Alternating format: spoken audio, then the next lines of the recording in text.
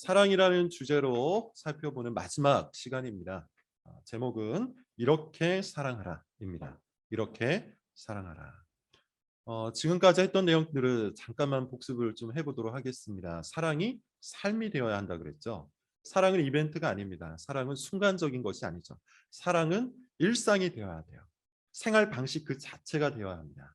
순간이 아니라 그 순간들이 날마다 쌓여서 하나의 선을 이루어야 한다고 했어요.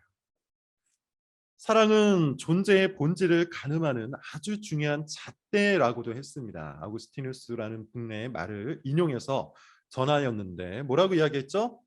사랑하는 자는 하나님의 자녀여, 사랑하지 않는 자는 악마의 자식이다. 이렇게 이야기를 한다고 했습니다. 그만큼 사랑이라는 것은 그리스도인 됨의 본질이에요. 그리스도인이 되었다면 마땅히 사랑해야 합니다. 지금 내가 하는 사랑이 적다면 더 많이 사랑하기 위해 노력해야 합니다. 그리고 사랑을 훈련해야 돼요. 그래서 사랑이 삶이 될 때까지 열심히 부지런히 최선을 다해야 합니다. 뿐만 아닙니다. 사랑이 삶이 되는 수준이 아니라 사랑이 길이 될 수 있도록, 내가 걸어가고 다른 사람이 걸어갈 수 있도록 우리가 삶의 모범이 되어야 돼요. 왜냐하면 예수님께서 먼저 그렇게 하셨기 때문이죠. 예수님께서 먼저 사랑이 길이 되도록 걸어가셨어요. 우리가 지난 시간에 살펴봤던 비유가 뭡니까? 선한 사마리아인의 비유예요. 그리고 그 선한 사마리아인의 비유의 마지막 주제, 마지막 교훈이 뭐였죠? 너도 가서 이와 같이 하라는 거예요. 선한 사마리아인의 비유를 우리가 열심히 공부하는 것 중요하겠죠. 사랑에 관해서 탐구하는 것도 중요할 겁니다. 그러나 가장 중요한 건 뭡니까? 가서 이와 같이 하는 거예요. 우리도 마찬가지입니다. 우리 역시도 가서 이와 같이 해야 하고 다른 이들에게도 너희도 나의 길을 따르라. 이렇게 이야기를 해야 되는 것이죠. 그만큼 여러분 사랑이라는 것은 굉장히 중요합니다. 열심히 힘쓰고 부지런히 훈련을 해야 돼요. 오늘은 마지막 시간입니다. 총 정리를 좀 해보도록 하겠습니다. 지금까지 우리가 했던 내용들이 한 번 정도 언급했던 그 내용들이 오늘 본문을 통해서 우리에게 다시 한번 전달이 될 텐데 말씀을 드린 것처럼 여러분 반복을 할 때는 뭐가 중요한 것이죠? 그것을 해야 한다는 겁니다. 로마서의 말씀인데요. 여러분 로마서의 말씀은 다 아시다시피 복음에 관한 이야기입니다. 1장부터 11장까지 예수 그리스도의 복음이 어떻게 우리에게 주어졌는지를 바울은 설명을 하고 있어요. 우리뿐만 아니라 모든 사람들이 다 죄인입니다. 그리고 우리는 이 죄를 처리할 능력이 없습니다. 그래서 하나님께서 길을 내어주셨는데 사랑의 길, 구원의 길을 내어주셨는데 그게 뭡니까? 예수 그리스도예요. 이 이야기를 바울은 1장부터 11장에 걸쳐서 지속적으로 반복하여 우리에게 자세하게 풀어주고 있죠. 그리고 나서 12장이 연결되는 겁니다. 12장은 우리의 삶, 이 복음을 믿음으로써 받아들인 사람에게 주어져 있는 삶의 방법을 이야기해요. 1절에 보면 한마디로 정의할 수 있는데 뭐라고 얘기합니까? 너희를 하나님의 거룩한 산 제물로 드리라고 합니다. 하나님의 거룩한 산 제물로 드리라. 더 이상 너 자신을 위해서 살지 말고 하나님을 위해서 너의 인생을 불태워라. 그리고 2절은 이렇게 얘기해요. 제가 잠언을 통해서 그리고 다른 많은 시간들을 통해서 그토록 강조했던 분별할 것이 이야기해요. 마음을 새롭게 함으로 하나님의 뜻을 분별할 것이 이야기합니다. 그리고 3절부터 8절까지는 좀 더 구체적인 이야기가 나오는데 뭡니까? 그리스도의 몸이 되라고 합니다. 교회가 되라고 합니다. 그리스도의 몸이 되어서 교회가 되어서 어떻게 살아갈지에 대해서 우리에게 가르쳐주고 그리고 나서 오늘 본문부터 무엇을 이야기하는 것이죠? 사랑을 이야기하는 거예요. 사랑을 명령하고 있는 겁니다. 자, 그런 논리, 그런 순서와 흐름을 따라서 살펴보면 사랑이라는 것은 사실 그리스도인에게 가장 중요한 열매, 특징적 열매라는 것을 우리가 알 수가 있겠죠. 예수 그리스도를 믿음으로 받아들인 모든 사람들은 사랑을 하게 되어 있어요. 반복해서 말씀을 드리는데 사랑은요, 해도 그만 안 해도 그만이 아닙니다. 여러 가지 행위 중에 하나를 끼워 넣는 것이 아닙니다. 우리의 삶 전부가 사랑으로 물들어 있어야 되고 사랑으로 실천되어 있어야 돼요. 오늘은 특별히 본문의 말씀을 통해서 우리가 실천해야 될 사랑의 7가지를 좀 말씀을 드려보도록 하겠습니다. 먼저 9절입니다. 내용이 좀 많아서 제가 말을 좀 빨리 할 테니 여러분 집중해서 잘 들어주시기를 바랍니다. 자, 9절입니다.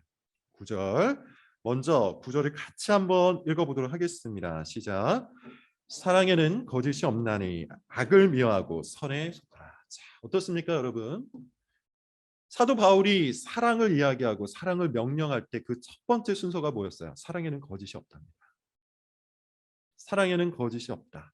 그리고 악을 미워하고 선에 속한다. 이게 여러분 사랑의 특징이에요. 그래서 우리가 사랑을 실천하기 위해서 첫 번째 가장 중요한 것은 분별입니다. 악이 무엇인지 알아야 돼요. 그리고 선이 무엇인지 알아야 돼요. 근데 그 정도 수준이어서는 안 돼요. 악을 미워해야 돼요. 그리고 선을 사랑해야 돼요. 그게 사랑의 출발이에요. 근데 여러분 한번 생각을 해보십시오. 분별하지도 않는데, 분별할 줄도 모르는데 어떻게 악을 미워하고 어떻게 선을 사랑할 수 있겠습니까? 사랑에는 거짓이 없답니다. 사랑에는 위선이 없답니다. 사랑이라는 이름으로 거짓을 용납하거나 위선을 포용하는 것은 사랑이 아닙니다. 사랑하는 사람은 적극적으로 선을 추구해요. 동시에 적극적으로 악을 미워해요. 거짓을 미워합니다. 위선을 미워해요. 종종 그런 사람들이 있죠. 사랑이라는 명목으로 기계적인 중립을 추구하는 사람들이 있어요. 이럴 수도 있고 저럴 수도 있다. 이것도 맞고 저것도 맞을 수 있다. 내가 뭔데 함부로 판단하느냐. 그런데 오늘 성경은 정확하게 뭐라고 얘기합니까? 중도를 지키거나 중용을 지키거나 기계적인 중립을 취하는 것이 사랑이 아니요. 악을 적극적으로 미워하고 선을 적극적으로 사랑하는 게 사랑이라고 해요.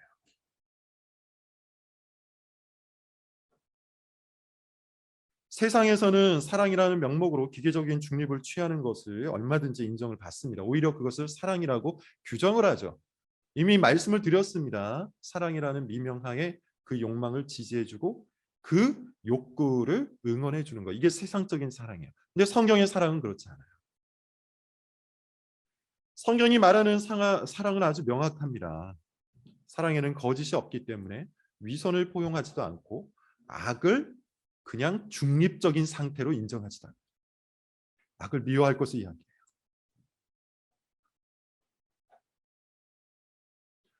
악을 미워하라고 이야기했는데 선을 사랑하라고 이야기했는데 여러분 분별하지도 않는다면 우리가 어떻게 악을 미워하고 선을 사랑할 수 있겠습니까?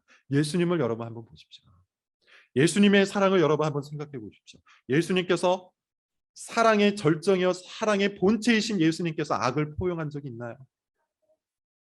악을 미워하지 않으신 적이 있나요? 선과 악에서 기계적인 중립을 취하신 적이 있나요? 우리 예수님은 그러신 적이 없습니다. 예수님은 늘 선을 사랑했어요. 그리고 악을 적극적으로 미워했어요. 이미 다 아시다시피 예수님께서는 위선자를 포용한 적이 단 한 번도 없습니다. 그 예수 그리스도의 사랑을 받은 우리가, 그 예수 그리스도의 사랑을 아는 우리가 어찌 기계적인 중립을 취할 수 있겠습니까? 어찌 분별이 필요 없다고 이야기할 수 있겠습니까? 어찌 내가 뭔데 판단하느냐라는 말을 할 수 있겠습니까? 그것은 또 다른 교만에 불과한 것이죠. 요한 2서 10절부터 11절을 여러분 한번 찾아볼까요? 요한 2서입니다. 우리가 그동안 요한 1서를 많이 봤는데요. 요한이 쓴 편지는 요한 1서, 2서, 그리고 3서까지 있습니다. 특별히 요한 2서는 요한 1서와 연결되어 있는 성경책인데 딱 한 장이에요. 근데 이 한 장이 요한 1서 전체를 요약을 해주고 있습니다. 그래서 요한 2서 10절, 11절을 여러분 같이 한번 읽어보도록 할게요. 시작. 누구든지 이 교훈을 가지지 않고 너에게 나아가거든 그를 집에 들이지도 말고 인사도 하지 말라. 그에게 인사하는 자는 그 악한 일에 참여하는 자임이라. 요한 1서도 그렇지만 요한 2서도 우리에게 뭘 요구하냐면 사랑을 요구해요. 5절에 여러분 보시면 서로 사랑할 것을 이야기합니다. 부녀라고 표현되어 있는데요. 이 부녀는 여자들에게만 하고 있는 말이 아니라 교회를 의인화한 거예요. 그래서 신약도 그렇고 구약도 그렇고 교회를 종종 여성 명사로서 사용할 때가 많습니다. 왜 그렇죠? 교회는 그리스도의 신부기 때문이에요. 자, 그렇게 이해를 하시면 됩니다. 교회에게 전달하고 있는 말입니다. 서로 사랑해요. 그런데 동시에 뭐라고 이야기하냐면 아무나 받아들이지 말라고 합니다. 아무에게나 인사하지 말라고 합니다. 다른 교훈을 갖고 접근하는 사람에게 어떻게 하라고 합니까? 인사도 하지 말래. 뭡니까? 분별을 해야 되잖아요.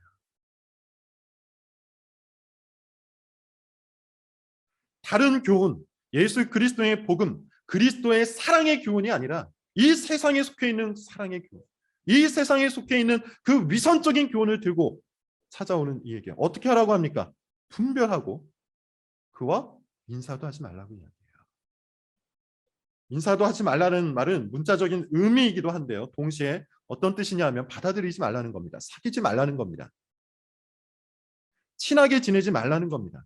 왜 그렇습니까? 그것 자체가 그에게 동의하는 것이기 때문이에요. 뭐라고 표현되어 있죠? 11절에 보면 그에게 인사하는 자는 그 악한 일에 참여하는 자입니다. 그의 교훈을 동의하는 거예요. 그의 욕망을 지지하는 겁니다. 그러므로 여러분 성경이 말하는 이 사랑, 특별히 로마서를 통해서 우리가 살펴보고 있는 이 사랑의 첫 번째는 분별이 되어야 돼요. 날카로운 분별력이 필요해요. 사람을 분별하셔야 돼요. 상황을 분별하셔야 돼요. 말을 분별하셔야 돼요. 성경이 끊임없이 이야기하는 겁니다. 우리가 분별하지 않으면 선을 사랑할 수도 없을 것이고 악을 미워할 수도 없을 겁니다. 선을 사랑하지도 않고 악을 미워하지도 않는 그런 기계적인 중립의 상태는 사랑이 아닙니다.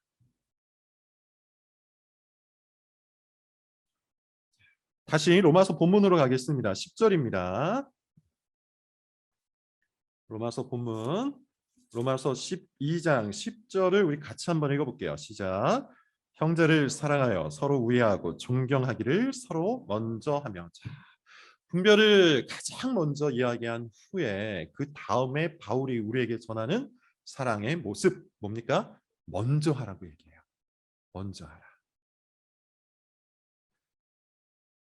제가 아마 첫 시간에 그런 이야기를 했을 거예요. 사랑에 관한 설교나 사랑에 관한 여러 가지 강의나 교훈을 하다 보면 사람들이 어떤 생각을 하냐면 이 얘기를 저 사람이 꼭 들어야 할 텐데 이런 생각을 할 때가 있어요. 이 말을 내 남편이 꼭 들어야 할 텐데 이 설교를 내 아내가 꼭 들어야 할 텐데 이 교훈을 우리 교회 그 성도가 꼭 들어야 할 텐데 이렇게 생각을 할 때가 있습니다. 그런데 만약에 여러분의 사고가 여러분의 어떤 마음이 그런 방식으로 흘러가고 있다면 여전히 여러분은 사랑할 줄 모르는 거예요. 그것은 성경이 가르치는 사랑이 아니기 때문이에요. 사랑을 이해하고 있지 못한 겁니다. 사랑을 받으려고만 하고 사랑을 기다리려고만 하고 다른 사람에게만 적용하려고 하는 한 우리는 사랑을 전혀 모르는 무지렁이에요. 사랑은 본문에서 이야기하듯이 먼저 하는 겁니다. 먼저 한다는 것은 기본적으로 보상을 바라지 않을 거예요. 우리는 보통 누가 나에게 잘해주면요. 그 다음에 그에 대한 반응으로서 그에게 잘해주려고 하죠. 일종의 보상 심리가 움직이는 겁니다. 한번 여러분 생각해 보십시오. 항상 그런 생각하고 있지 않습니까? 나는 사랑할 준비가 되어 있는데 내 남편이 나에게 먼저 사랑을 보여주면 나는 사랑하겠다. 내 아내가 먼저 나에게 사랑을 보여주면 나는 사랑하겠다. 나는 사랑할 준비가 다 되어 있다.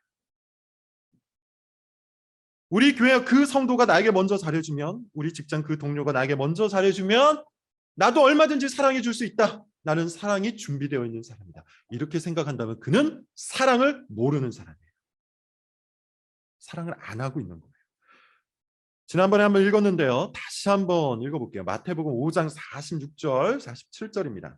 마태복음 5장 찾아서 읽어볼게요. 우리 가정에서 들으시는 분들도 꼭 성경을 찾아서 보겠습니다. 5장 46절, 47절입니다. 같이 한번 읽어볼게요. 자, 시작. 너희가 너희를 사랑하는 자를 사랑하면 무슨 상이 있으리요? 세리도 이같이 아니하느냐? 또 너희가 너희 형제에게만 무난하면 남보다 더하는 것이 무엇이냐? 이방인들도 이같이. 누가 같답니까? 세리와 같답니다. 이방인과 같답니다. 나에게 잘해주는 사람, 나에게 먼저 와서 친절을 베푸는 사람, 뭔가 나를 유익하게 만들 수 있을 것 같은 그런 사람만 골라서 사랑한다면, 나를 편안하게 해주는 그런 사람만 골라서 사랑한다면 그는 사실 사랑이 전혀 없는 겁니다. 이거는 세리와 이방인, 곧 믿지 않는 사람, 불신자의 사랑이에요. 우리는 보상을 바라면서 사랑해서는 안 됩니다. 예수님의 사랑을 생각해 보세요. 예수님께서 우리에게 어떤 보상을 바라시고 혹은 우리의 그 반응을 통해서 사랑을 하셨습니까? 아니에요. 우리가 아직 하나님과 원수 되었을 때 예수 그리스도께서 먼저 우리를 향한 사랑을 확증하셨죠. 그것이 예수님의 사랑입니다. 그러므로 이 사랑을 받은 사람은 사랑에 대한 반응으로서 사랑하는 것이 아니고 먼저 사랑해요. 여러분, 배우자를 먼저 사랑하십시오. 성도를 먼저 사랑하십시오. 이웃을 먼저 사랑하십시오. 여러분의 마음을 불편하게 하는 그를 먼저 사랑하십시오. 그것이 성경이 가르치고 있는 사랑입니다. 먼저 사랑하지 않는 한 우리는 진짜 사랑하는 게 아니에요. 예전에 어떤 청년과 상담을 한 적이 있습니다. 굉장히 예전이죠. 그 청년의 아버지가 교회 장로님이셨는데 그 장로님께서 이 청년에게 했던 그 말 한마디가 이 청년 평생의 상처가 되었대요. 20살이 되자마자 불러놓고 뭐라고 얘기했냐면, 지금까지 내가 너를 키우면서 든 비용이 이 정도다. 너는 앞으로 돈을 벌어서 나에게 빨리 갚아야 된다. 이렇게 이야기를 한 것이죠. 아버지가 사랑을 베푼 게 아니라 사실상 뭘 한 겁니까? 아들의 보상을 바라고서 그냥 키워준 거에 불과한 거죠. 이것이 이 청년 평생의 상처가 되었어요. 우리는 하나님께 무한한 사랑을 받았습니다. 우리는 먼저 하나님께서 자기 아들 예수 그리스도를 십자가에 내어주기까지 하는 그 영원한 사랑, 그 무한한 사랑을 받았습니다. 그러므로 여러분, 우리는 사랑이 모자란 사람이 아니에요. 모자랄 수가 없는 사람이 아닙니다. 만약에 우리가 사랑이 모자란다고 생각한다면, 내가 받은 사랑이 부족하다고 생각한다면 그리스도의 십자가를 모욕하는 겁니다. 하나님 아버지께서는 그리스도의 십자가 위에서 우리를 향한 하나님의 무한하고 풍성한 사랑을 확증하셨어요. 그러므로 우리는 마땅히 그 사랑을 받은 사람이라면, 그 사랑을 믿는 사람이라면 마땅히 보상을 바라지 말고 먼저 사랑해야 돼요. 먼저 사랑하십시오. 여러분의 배우자를 먼저 사랑하십시오.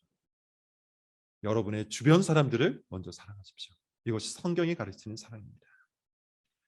자, 세 번째로 한번 갈게요. 13절입니다. 13절 같이 읽어볼게요. 시작. 성도들의 쓸 것을 공급하며 손 대접하기를. 뭐라고 이야기하고 있죠? 공급하라고 이야기하고 있어요. 대접하라고 이야기하고 있어요. 이것도 제가 몇 번 말씀을 드렸습니다. 사랑은 굉장히 구체적이에요. 실질적이에요. 머릿속에 있는 것은 사랑이 아닙니다. 내 말 속에 있는 것은 사랑이 아닙니다. 요한은 말하기를 뭐라고 얘기했죠? 사랑은 말과 혀에 있는 것이 아니라고요. 행함과 진실함에 있다고 이야기합니다. 사랑하지 않으면서 사랑하는 것처럼 보이는 가장 쉬운 방법, 그게 뭐죠? 말을 하는 거예요. 말만 하는 것이죠. 정확하게 이야기하면 화려한 언변으로 그를 현혹해서 사랑하는 것처럼 느끼게 하는 거예요. 근데 실질적인 희생은 하나도 없습니다. 돈을 쓰지 않습니다. 시간을 쓰지 않습니다. 에너지를 쓰지 않습니다. 열정을 쓰지 않습니다. 그건 사랑이 아니에요. 사랑은 구체적이고 실질적입니다. 특별히 본문을 보면 두 가지를 얘기하고 있죠. 성도들의 쓸 것을 공급하고 손님 대접을 하라고요. 문자적으로 지키시기를 바랍니다. 쓸 것을 공급해야 돼요. 다른 사람이 쓸 것을 적극적으로 찾아서 공급해 줄 줄 알아야 돼요. 채워줄 줄 알아야 돼요. 저는 이것을 우리 모두가 실천할 수 있기를 바랍니다. 선물 주는 습관이 우리에게 있기를 바랍니다. 나눠주는 습관이 우리에게 있기를 바랍니다. 그것이 사랑이에요. 항상 줄 수 있기를 바랍니다. 또한 여러분, 손님 대접하기를 우리가 즐거워해야 되는데 요즘 시기에는 이것을 적응하기가 쉽지가 않아요. 그럼에도 불구하고 여러분, 상황을 잘 고려하고 지혜롭게 이 상황을 이용해서 여전히 우리는 이 일을 해야 돼요. 집이 있는 사람은 집으로 초대해서 밥을 먹이십시오. 청년들은 사람들과 약속을 잡아서 밥을 사주십시오. 그렇게 우리는 손님을 대접합니다. 그렇게 우리는 서로를 대접하는 일에 더 힘을 기울여야 돼요. 그것이 사랑입니다. 사랑은 매우 실질적이고 매우 구체적이에요. 그래서 여러분, 우리가 돈을 버는 이유가 바로 여기 있는 것이죠. 우리가 돈을 왜 법니까? 몇 가지 이유가 있지만 적어도 그리스도인이라면 그 이유 중에 이것이 있어야 돼요. 주기 위해 버는 거예요. 적어도 그리스도인이라면 이 이유가 반드시 있어야 되는 거예요. 주기 위해서 우리는 돈을 버는 거예요. 돈을 버는 목적을 여러분 재조정하십시오. 돈을 열심히 벌게, 열심히 번 그 돈을 또 열심히 나눠 주십시오. 이것이 사랑입니다. 자, 15절을 보겠습니다. 오늘 본문 15절. 네 번째 사랑의 특징. 같이 한번 읽어볼게요. 시작. 즐거워하는 자들과 함께 즐거워하고 우는 자들과 함께 울라. 자, 뭡니까? 공감하라는 얘기죠. 즐거워하는 자들과 함께 즐거워하고 우는 자들과 함께 울라. 사랑은 기본적으로 남의 입장을 헤아려 주는 겁니다. 자기 상황에만 몰입되어 있고 자기 감정에만 완전히 집착되어서 내 주변을 둘러볼 줄 모르고 다른 사람들의 감정을 읽을 줄 모른다면 그는 사랑을 모르는 거예요. 안 하는 거예요. 사랑은 기본적으로 공감할 줄 알아야 되고 남의 입장을 헤아릴 줄 알아야 돼요. 너무나도 당연한 건데 의외로 많은 사람들이 이것을 행할 줄 모르죠. 왜냐하면 질투 때문이에요. 예컨대 즐거워할 일이 생긴 사람과 즐거워하기보다는 질투를 하죠. 그의 성공을 질투하죠. 누가 열심히 일을 해서 집을 샀다고 합시다. 여러분, 우리 중에 누군가가 집을 샀다고 합시다. 어떻습니까? 여러분 마음속에서 정말로 같이 즐거워할 마음이 솟습니까? 아니면 질투가 일어납니까? 누군가가 열심히 일해서 돈을 저축하여 차를 샀다고 합시다. 좋은 차를 샀다고 생각을 해봅시다. 어떻습니까? 여러분, 같이 기뻐할 수 있겠습니까? 아니면 질투가 끓어오릅니까? 누군가가 직장에서 승진을 했다고 여러분 생각해 봅시다. 같이 즐거워할 수 있겠습니까? 아니면 질투가 끓어오릅니까? 누군가의 성공을 축하할 수 없다면 우리는 사랑하지 않는 거예요. 비슷합니다. 슬퍼하는 사람과 함께 슬퍼하는 게 너무나도 당연한데 우리는 마찬가지로 이것도 잘못하죠. 왜 못합니까?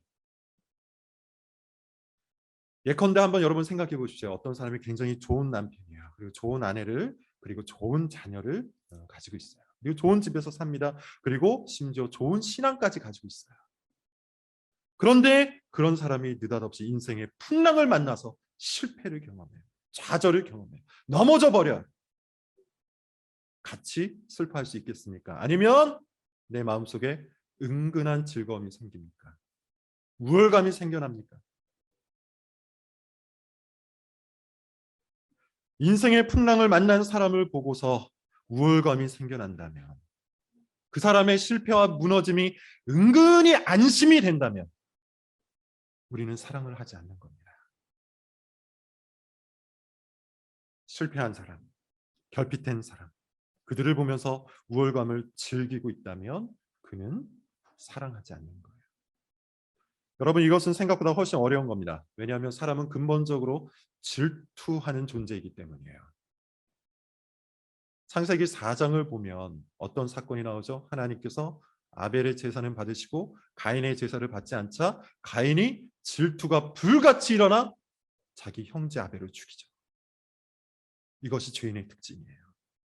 다른 사람의 성공을 기뻐하기보다 그것을 질투하는 것. 다른 사람의 실패를 슬퍼하기보다 그것을 보며 우월감을 즐기는 것, 그것이 인간의 죄악된 본성입니다. 그러므로 즐거워하는 자들과 함께 즐거워하고 슬퍼하는 자들과 함께 슬퍼하는 것은 정말로 어려운 거예요. 그러나 우리는 이것을 해야 돼요. 이런 공감력이 우리에게 있어야 돼요.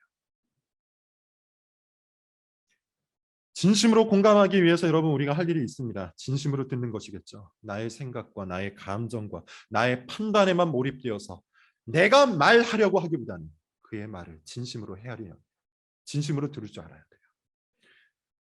그러므로 여러분 한번 생각해 보십시오. 여러분들은 자녀에게 진심으로 공감합니까? 만약에 그렇다면 진심으로 듣고 있을 거예요.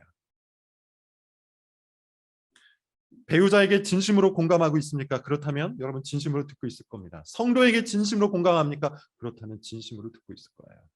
듣는 척만 하고 오로지 자신의 감정에만 몰입되어 있다면 그는 여전히 사랑하지 않는 겁니다. 자녀를 사랑하지 않는 겁니다. 배우자를 사랑하지 않는 겁니다. 성도를 사랑하지 않는 거예요. 내 마음의 질투와 우월감이 사라질 때까지 경청해야 합니다. 그것이 공감의 시작이에요. 자, 이제 16절을 볼게요. 다섯 번째입니다. 16절 같이 한번 읽어볼게요. 시작. 서로 마음을 같이하며 높은 데 마음을 말고 낮은 데 처하며 스스로 지혜 있는 채 하지 말라. 다섯 번째는 마음을 낮은 데 두는 겁니다. 사랑하려면 반드시 해야 되는 거예요. 마음을 높은 데 두지 말고 낮은 데 두는 거예요. 마음을 높은 데 둔다는 것이 무슨 말입니까? 마음을 높은 데 둔다는 것은 내가 더 높이 올라가려고 하는 탐욕으로 사람들을 대하는 것이죠. 마음을 높은 데에 둘 때 모든 사람들은 섬김의 대상, 사랑의 대상이 아니라 그저 수단일 뿐이에요. 이용의 대상이 되어버리는 것이죠. 저 사람을 통해서 내가 더 높은 곳으로 올라가고 싶다. 저 사람을 이용해서 내가 더 사람들 앞에 드러나고 싶다.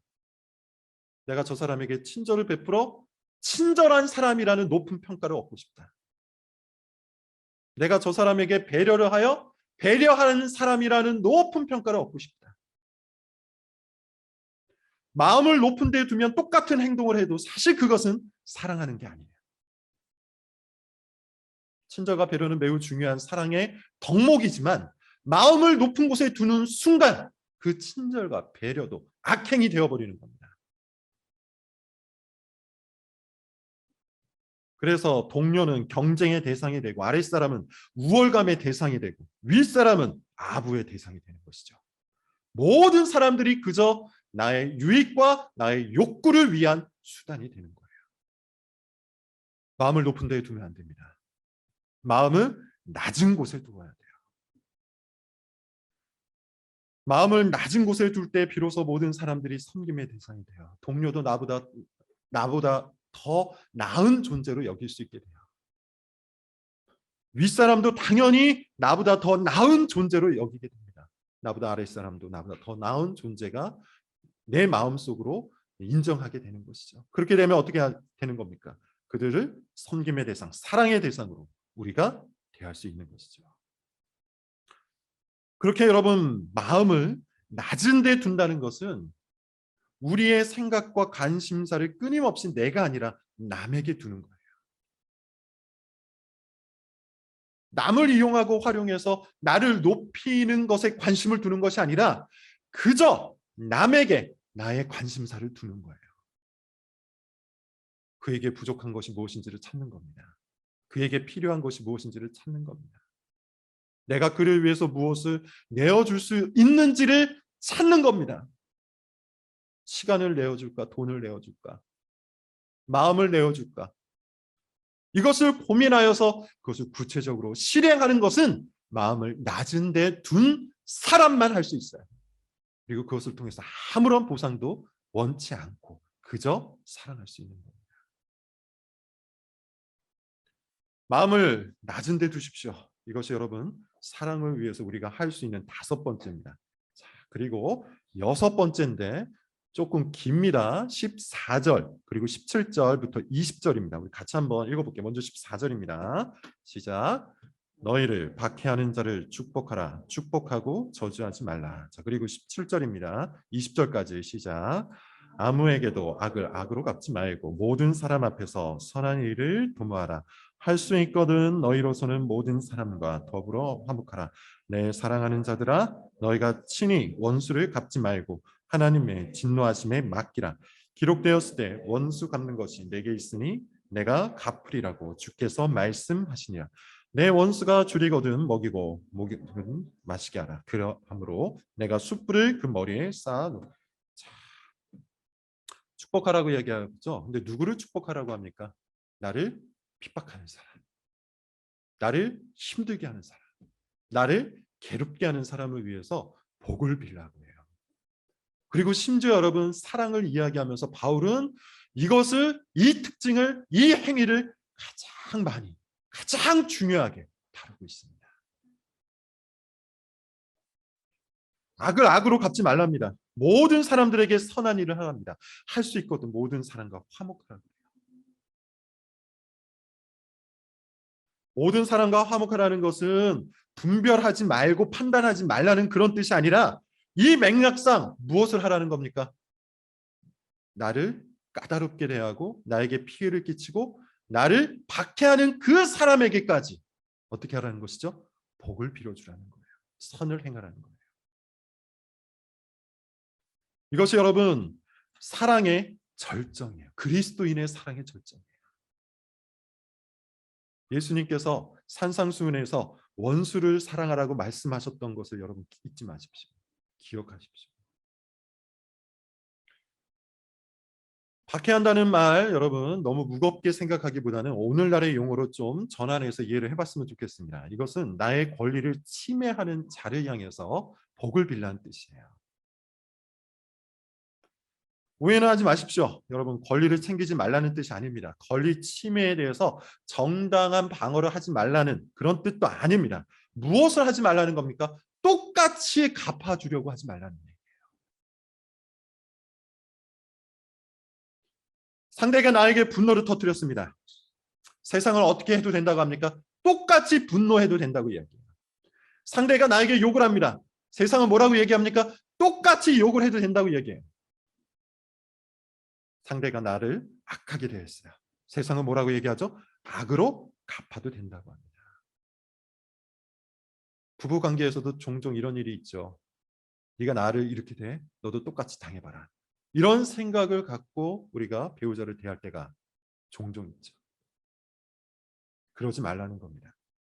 사회생활 중에도 여러분 마찬가지 아닙니까? 사회생활 중에 만나는 상사, 동료, 심지어 아랫사람에게도 우리가 종종 이런 부당한 대우를 당하고 나의 권리를 침해당하는 어떤 일을 당할 때가 있어요. 그럴 때 보통 우리는 어떻게 합니까? 똑같이 갚아주려고 해요. 내가 당했던 그 상처만큼 혹은 그 상처보다 더 커다란 상처로 그들에게 대갚아주고자 합니다. 그런 악한 생각, 그런 보복 심리, 이것은 결코 성경이 허락하지 않는 겁니다. 그는 사랑하지 않는 겁니다. 사랑은 도리어 어떻게 하라고 합니까? 그렇게 나의 권리를 침해하는 사람을 위하여 복을 빌어주라고 하죠. 그리고 심판을 하나님께 맡기는 겁니다. 여러분 한번 생각해 보십시오. 최근에 분노한 적이 언제 있습니까? 최근에 억울했던 적이 언제입니까? 그 분노했던 순간, 억울했던 순간 여러분 어떻게 대처하셨습니까? 어떻게 반응하셨습니까? 어떤 생각을 하셨습니까? 속으로 상대를 조롱했나요?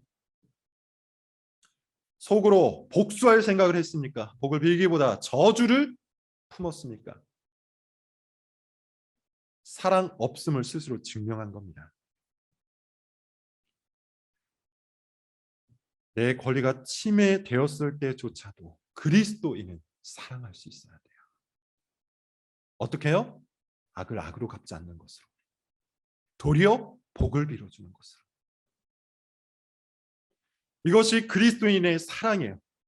다시 한번 여러분 말씀드리는데 바울이 이 사랑을 가장 크게 가장 많이 강조했다는 사실을 잊지 마십시오. 그만큼 중요하다는 뜻이고 그만큼 어렵다는 뜻일 거예요. 마지막입니다. 21절. 오늘 설교의 결론이기도 해요.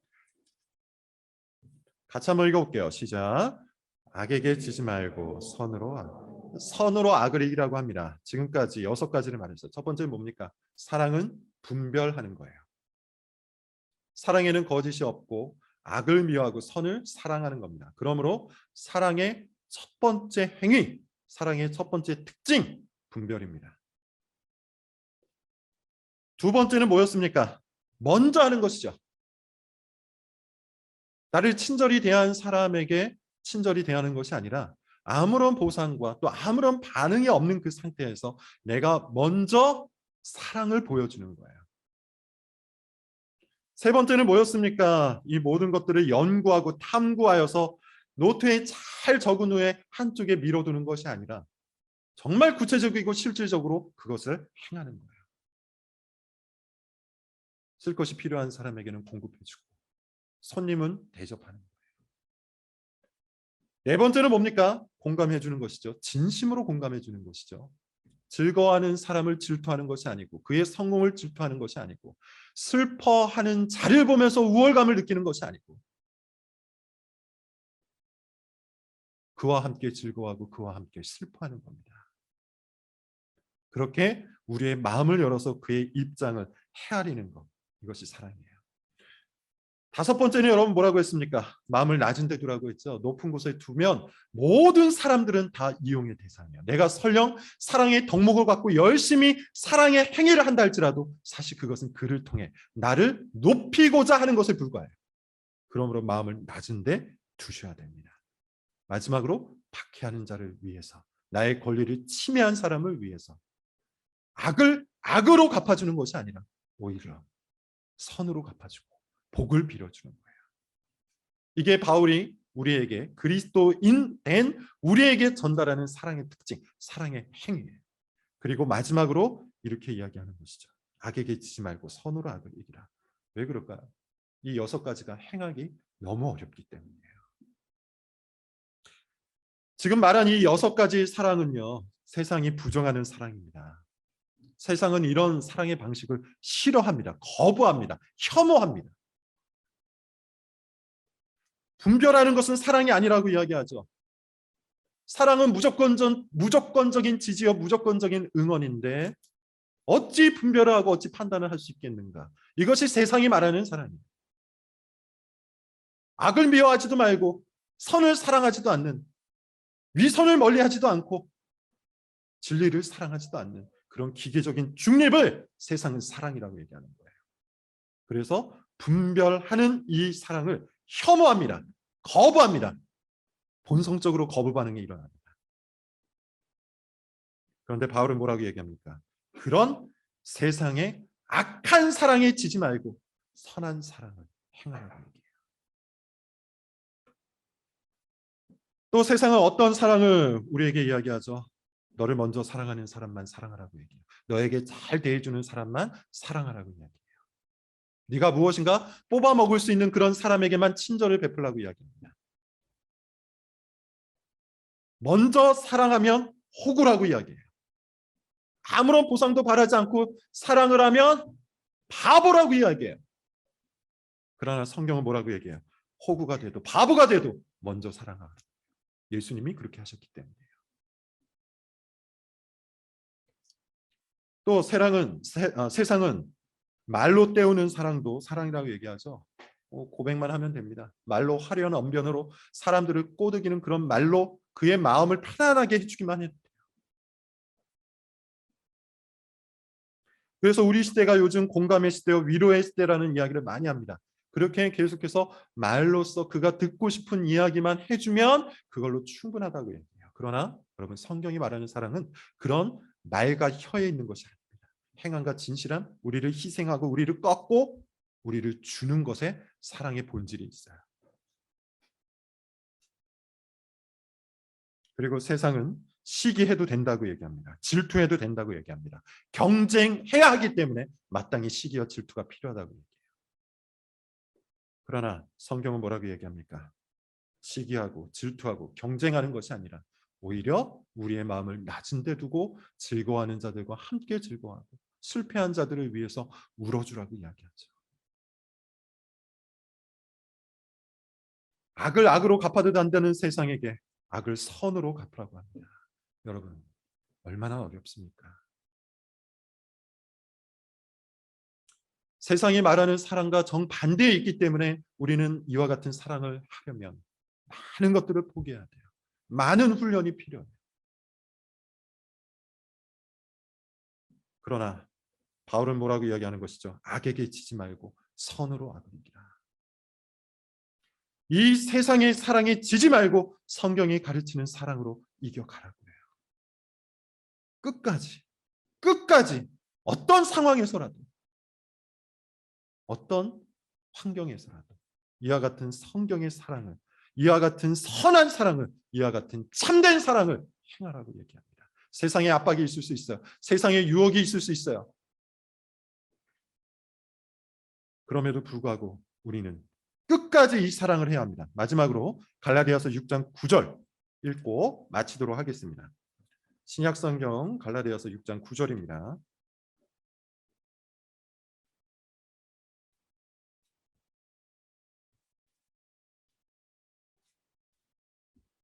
갈라디아서 6장 9절 같이 한번 읽어볼게요. 시작. 우리가 선을 행하되 낙심하지 말지니 포기하지 아니하면 때가 이름에 거두리라. 갈라디아서 5장 6장도 사실 마찬가지입니다. 복음을 설명한 후에 바울이 그 복음의 열매를 이야기하죠. 그리고 그 복음의 열매의 핵심은 사랑의 법을 성취하는 것이라고 얘기해요. 사랑의 법을 성취하는 것. 그러면서 말하기를 이렇게 얘기해요. 선을 행하되 낙심하지 말지니 포기하지 아니하면 때가 이름에 거둘 것이라고 얘기합니다.